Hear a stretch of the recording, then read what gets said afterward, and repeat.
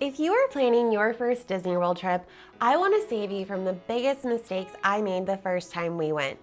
These are the things that I really wish someone would have told me beforehand because they would have saved us not only time and money, but also a whole lot of stress.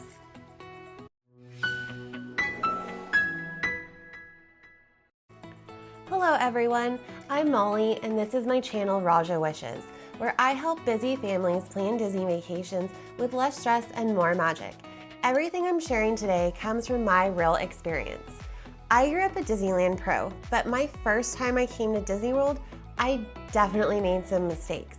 So let's dive in. The first thing I wish I had understood is that you do not have to do everything at Disney World, and you're not going to be able to. This was hard for me to wrap my head around coming from Disneyland, but there is just simply too much to do here in one trip.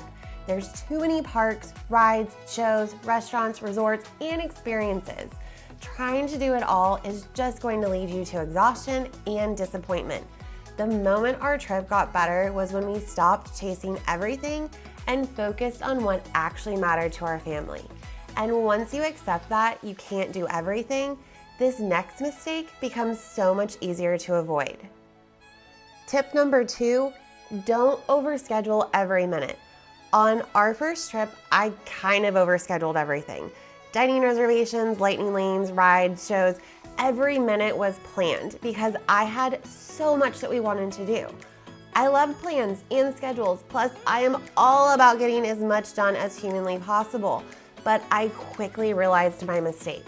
A plan is super important in Disney World, but over-planning is just going to create stress. Rides go down, kids melt down, plans change. When every single minute is booked, there's no flexibility left. Leaving some wiggle room gives you breathing space, and it's gonna allow for those spontaneous moments to happen, which are often some of the most magical ones.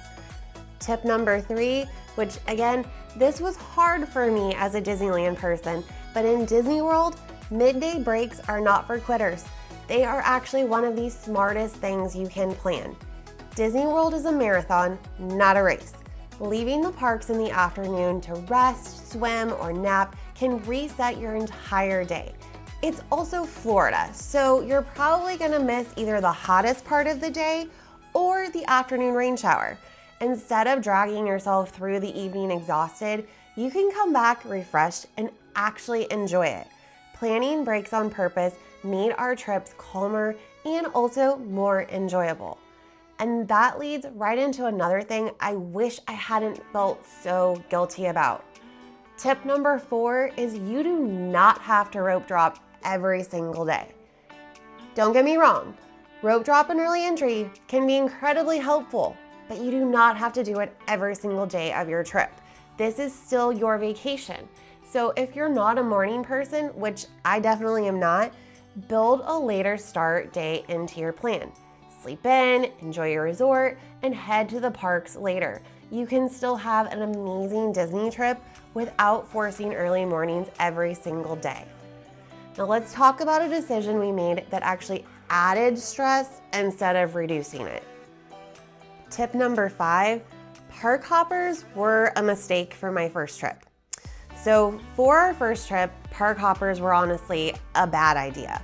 The extra costs made us feel pressure to use them, and the hopping itself ate up a lot of time and energy. I was already overwhelmed, so trying to figure out 2 parks with half the time as a newbie was not only incredibly ambitious, but also just kind of dumb on my part. As first-timers, sticking to 1 park per day would have been so much calmer and more enjoyable. There is more than enough to keep you busy in each park for a full day. And transportation stress doesn't just stop there. Where you stay also really matters. So tip number 6, your resort choice and location matter probably more than you think. I didn't realize how much this would affect our first trip, and I had originally booked us a room at All-Star Movies. I was just excited to be staying on Disney property, and the resort looked cute, so I didn't give it too much of a thought.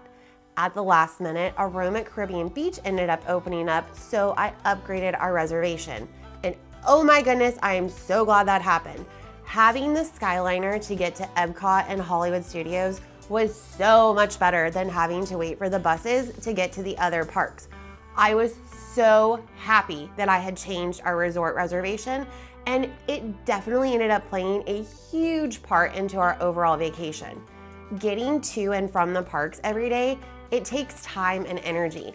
And after a really long park day, that final trip back can really sour your experience. A convenient resort location reduces the stress before you even enter the parks, and it also makes those late nights so much easier. Where you stay has a bigger impact than most people expect it to. Now, this next tip is something that most first-timers completely overlook, which is planning a rest day or a resort day. I really wish we had planned a true rest or resort day on our first trip. There is so much to enjoy outside of the parks. You've got all of the beautiful resorts, the pools, dining, and even some of those slower moments. A rest day gives your family time to recharge and prevents burnout halfway through your vacation. It is definitely not a waste of time, and it's what's gonna help you enjoy your remaining park days even more. And if you've stayed with me until the end, this last tip can completely change how your park days feel. Tip number 8 is your lightning lane strategy matters a lot. Without a plan, lightning lanes can quickly become a huge waste of money and a major source of stress. Knowing which rides to prioritize, when to book, and how to use them together can save you hours of waiting and make your days feel smoother and calmer. Used correctly, they're a very powerful tool. However, used randomly, they can be the complete opposite. So these are the things that I wish I would have known before my first Disney World trip, and exactly what I share here on Raja Wishes. If you want practical, realistic advice that helps you enjoy Disney World without the overwhelm, make sure you're subscribed to my channel. Until next time, wishing you less stress and more magic.